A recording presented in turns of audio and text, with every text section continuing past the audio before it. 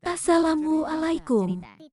Kali ini Fraulein Aurelia mau ngajarin kalian soal-soal yang biasanya muncul pada psikotes, tes potensi akademik, tes masuk perguruan tinggi, atau bahkan tes masuk kerja. Ini soal yang mau kita bahas.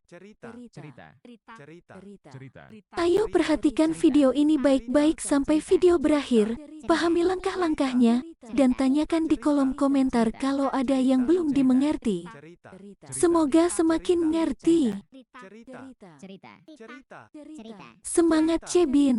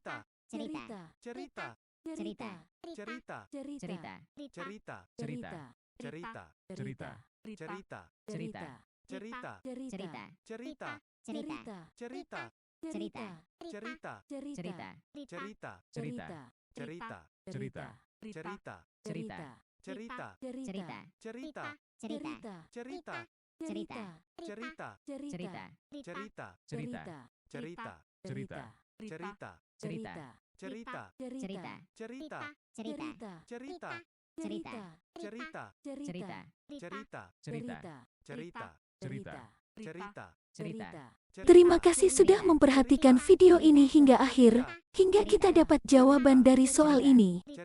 Untuk versi singkatnya, cara ini sudah pernah diupload di SOT. Subscribe channel Cerita